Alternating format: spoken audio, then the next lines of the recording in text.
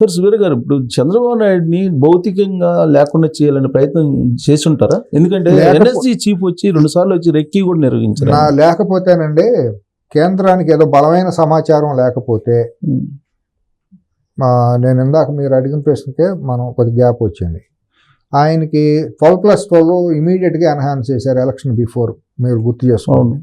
ఏదో సమాచారం, ఒక కీడు సమాచారం ఏదో కానీ మొత్తానికి కేంద్రానికి ఒక ఇంటెలిజెన్స్ రిపోర్ట్లో ఉంది, ఏదో కొంతమంది చేస్తున్నారు.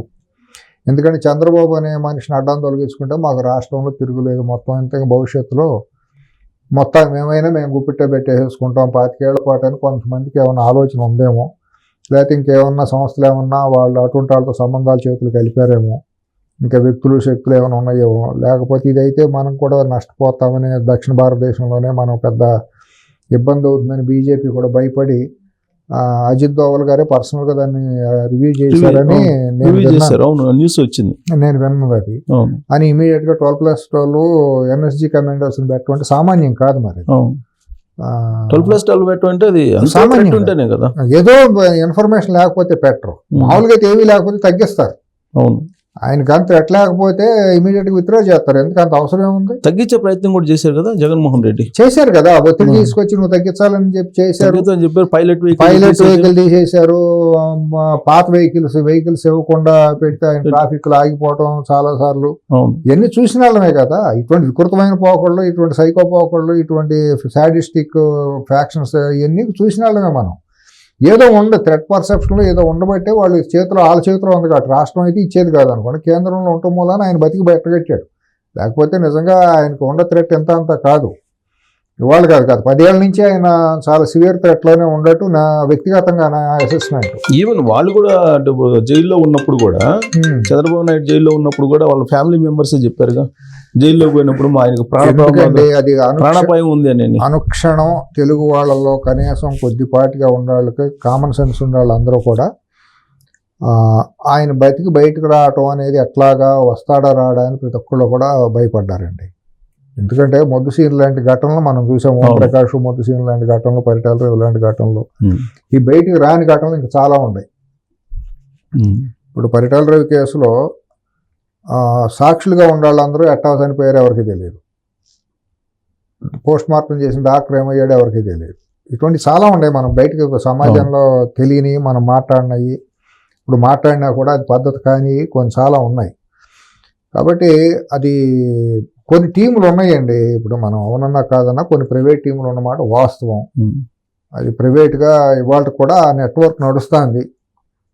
లాస్ట్ టైం ఒక ఇంటర్వ్యూలో మీరు మన ఇంటర్వ్యూలో Jubilee Hills bomb blast, Vyas encounter, తర్వాత పరిటాల మర్డరు, తర్వాత హైదరాబాద్ అల్లర్లు, హైదరాబాద్ ఉమేష్ చంద్ర ఇవన్నీ ఆల్మోస్ట్ ఒకటే టీం ఉంది అని అంటున్నారు కదా, మీ అభిప్రాయం?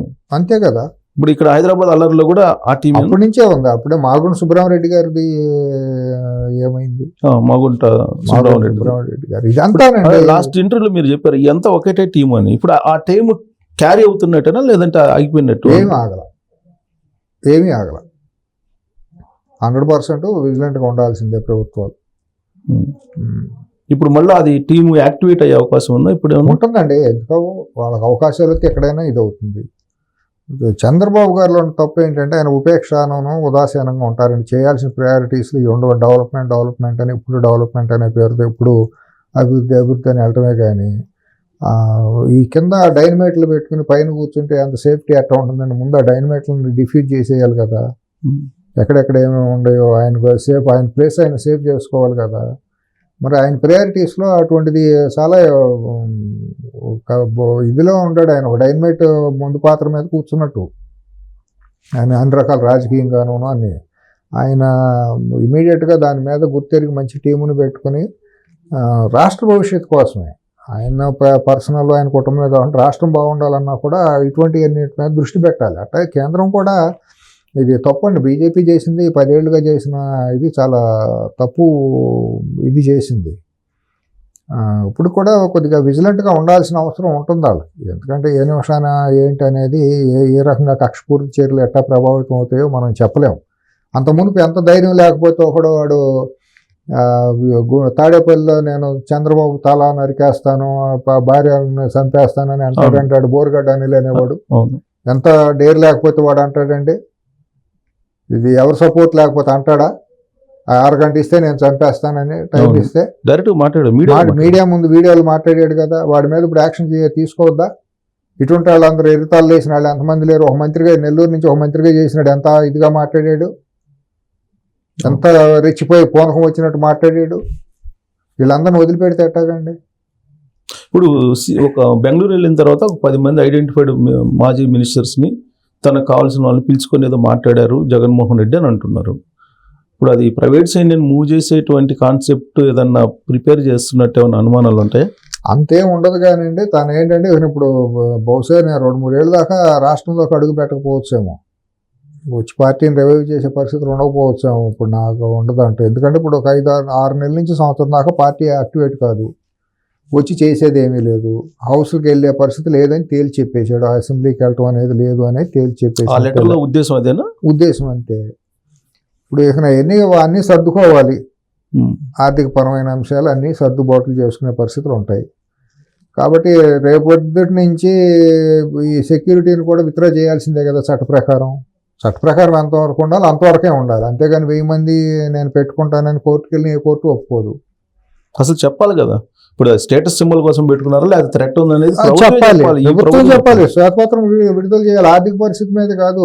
మాజీ ముఖ్యమంత్రి భద్రత గురించి శ్వేతపత్రం రిలీజ్ చేయాలి. తనకున్న బంధాలు ఏంటి, సంబంధాలు ఎక్కడ ఉన్నాయి, ఎందుకు సెక్యూరిటీ పెట్టుకోవాల్సి వచ్చింది, సంబంధాలు ఉన్నాయా, శత్రుత్వం ఉందా, లేకపోతే ఏదన్నా ఇతను చేస్తున్న అభివృద్ధి గురించి అంతర్జాతీయ శక్తులు ఏమన్నా అడ్డుకోవడం కోసం ఇతను ఏమన్నా పెట్టినయా, థ్రెట్ వచ్చిందా, లేకపోతే ఎటువంటి గ్రూప్ మాఫియా, డ్రగ్ మాఫియాతో ఉందా, లేకపోతే మైనింగ్ మాఫియాతో ఉందా, ఏ మాఫియాతో ఉంది, ఇవన్నీ తేల్చాల్సిన అవసరం ఉంది కదా.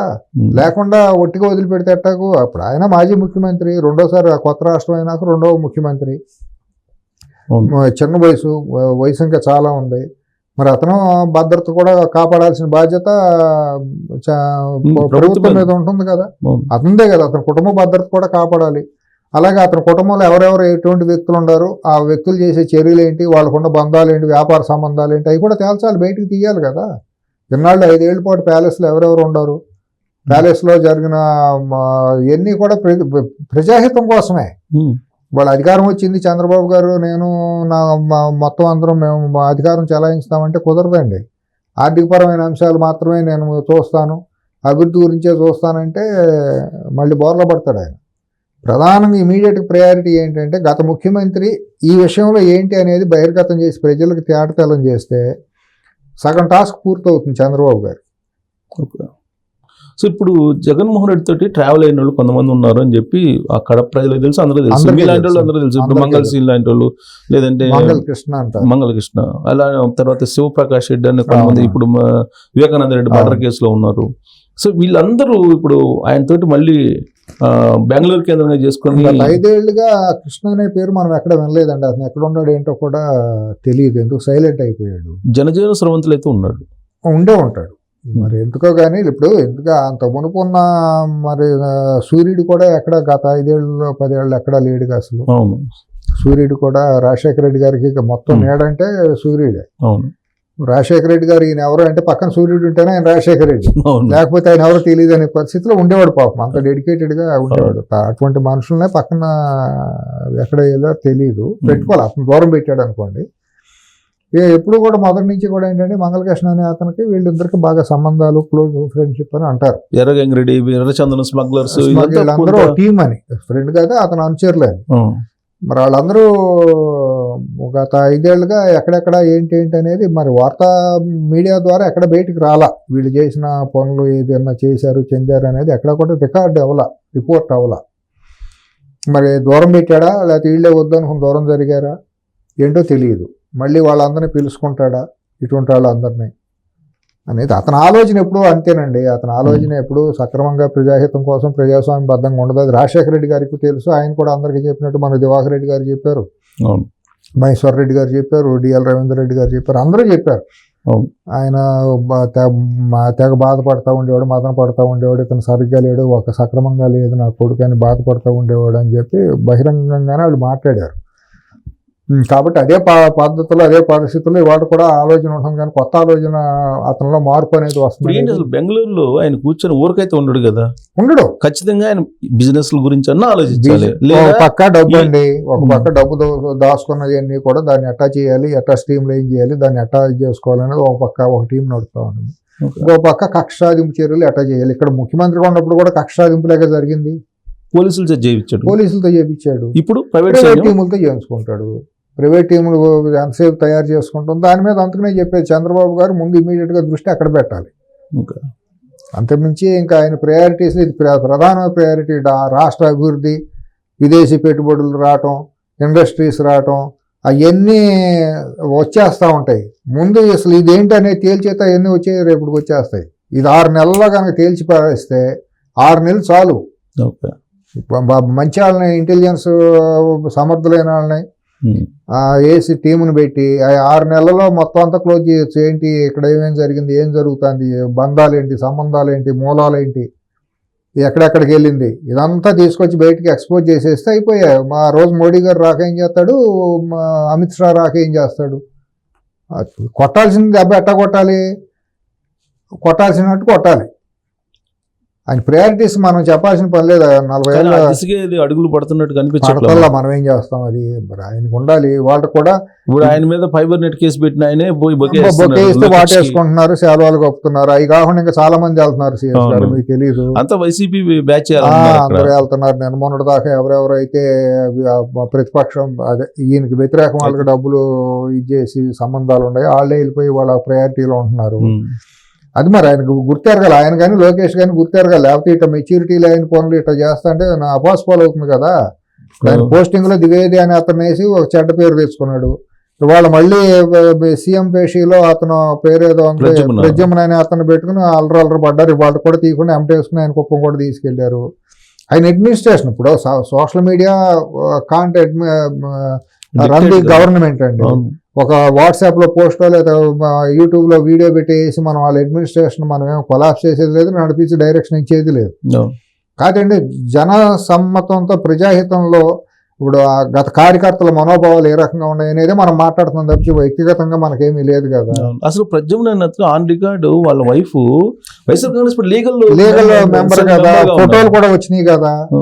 మరి ఫోటోలు వచ్చినప్పుడు అంత ఏముంది రాష్ట్రంలో ఏమైనా కొదవా? అతన్నే నువ్వు సీఎంఓలో ఎందుకు పెట్టుకోవాలి? ఐఏఎస్లు ఇంకెవరు లేరా మెరిట్లో?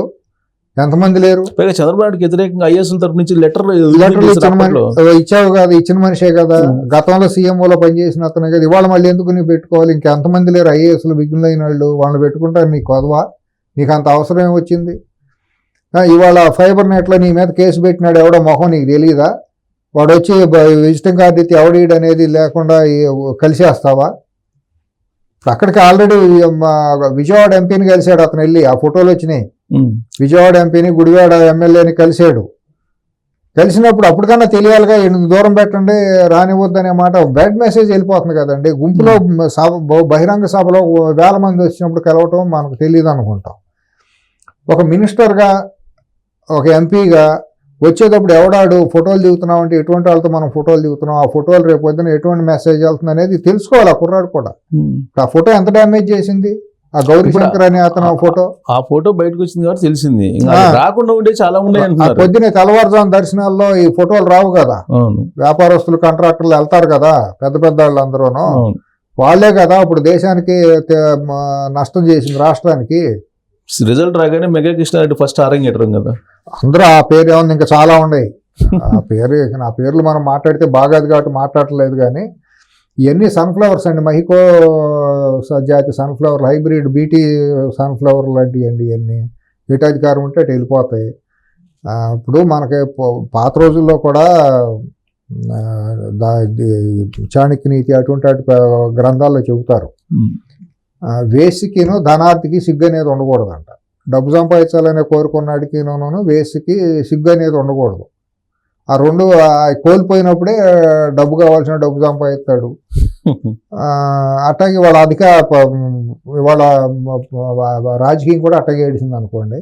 అన్ని వదిలేస్తేనే రాజకీయం అన్నట్టు అయిపోయింది. ఏదైనా చంద్రబాబు నాయుడు ముళ్ళ కిరీటం మీద కూర్చున్నారు. ముళ్ళ కిరీటం మీద కాదు, ముందు పాత్ర మీద కూర్చున్నాడు. ఆయన ఒక మాటగా చెప్పాలంటే సారీ టు సే ఆయన దాన్ని చాలా జాగ్రత్తగా ఆయన రక్షణపరమైన అంశాలు కాబట్టి ఒక బలమైన సమర్థత కలిగిన టీంకి అప్పచెప్పాలి. ఆయన కూడా ఇవాళ వయసు మీద పడిపోయింది, అన్నీ నేనే చేసేస్తానని 96లో లాగా పరిగెడతానంటే కుదరదు, బోర్లా పడతాడు ఆయన అడ్మినిస్ట్రేషన్లో. ఆయన హితం కూడా మనం మాట్లాడేది. ఆయన పవర్స్ డెలిగేట్ చేయాలి, నమ్మకమైన టీమును పక్కన పెట్టుకోవాలి, డెలిగేట్ చేసి రిటైర్డ్ ఐఏఎస్లు ఐపీఎస్లు సమర్థులైన సలహాదారులుగా పెట్టుకుని వాళ్ళకి కూడా కొన్ని అధికారాలు ఇచ్చి ప్రతిదీ అనుమానంగా సిఎస్ రావుకి అధికారం ఇస్తే ఏం చేస్తాడు అనే అనుమానాన్ని ఆయన పక్కన పెట్టాలి. నేను మిమ్మల్ని నమ్మితేనే మీరు నన్ను నమ్ముతారు, సహజం కదండి. అటువంటిది ఎవరికి కాదు, నేను ఒక్కడే వెళ్ళాలి అని అంటే అడ్మినిస్ట్రేషన్ కొలాప్స్ అవుతుంది, ఇలానే ఉంటుంది, ఇట్లాగే ఉంటుంది. మోరోవర్ వీటన్నిటికంటే కూడా ప్రయారిటీస్లో రాష్ట్ర అభివృద్ధి అనేది ఒక 6 నెలలు సంవత్సరాలు దాటినా పర్వాలేదు. ఇవాళ గత ముఖ్యమంత్రి యొక్క చర్యల మీద ఈ సెక్యూరిటీ పెడతాం ఏంటి, తనకుండా ఆర్థిక వ్యాపార లావాదేవీలు ఏంటి అనేది, తన చుట్టూ ఎవరెవరు చేస్తున్నారు అనే దాని మీద అనుక్షణం డేగకళతో చూడాలి. గతంలో జరిగిన 5 ఏళ్ళు జరిగింది ఈ సెక్యూరిటీ తీసుకురావడానికి కార్యకారణాలు ఏంటనే దాని మీద శ్వేతపత్రం లాంటిది రిలీజ్ చేసి ప్రజలకి చెప్పాలండి.